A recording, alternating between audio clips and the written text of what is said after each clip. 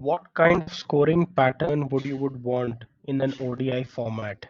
Would you go bang bang bang and be 240 for 7 at the end of 40 overs, or would you be ultra conservative and be 175 for 2 at 40 over mark, or would we mix caution with aggression and be somewhere in the middle, 210 for 5 at the 40 over mark? What are the different approaches used by the teams participating in the World Cup in the last 4 years? Let's have a look while batting first. Okay, let's have a look at how the scoring patterns for the 10 teams which are participating in the World Cup have shaped up in the last 4 years in the ODI format. First and foremost, you see the scores that have the teams have scored in the power play.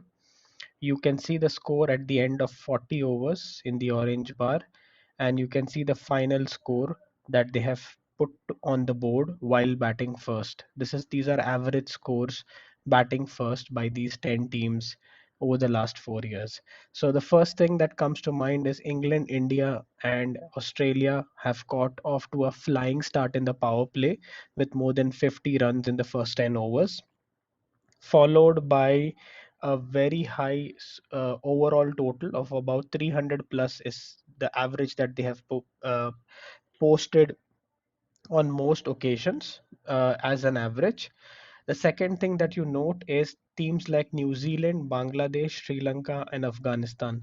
Although they would have got to probably a quieter start in the power play, 40, 50, 45 runs in the power play, they have not been able to up their momentum, up their ante in the middle overs and the end overs, because of which they have been posting totals around 260, 250, around about that mark.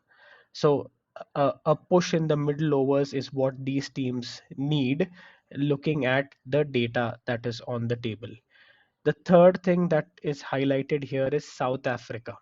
South Africa, although gets off to a pretty normal start of about 45 runs in the power play, but the acceleration towards the back end, towards the 293 total that you see there, that jump in the final 10 overs is huge. The amount of push from the likes of Klassen, Miller, RVD is huge, which helps them post a competitive total while batting first. And the final point is on Netherlands, who are getting a brilliant opportunity once again in the World Cup. As far as their scoring pattern is concerned, it is very straightforward that they run out of steam when it comes to the final 10 overs. They are not able to capitalize and score big towards the back half of their innings because they have lost a lot of wickets and lot of resources in that first 40 over block, which is why the totals that they post may not be daunting from the lens of the rest of the other teams.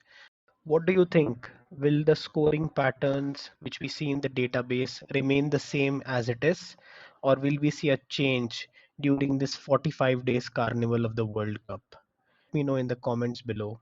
Have a nice day.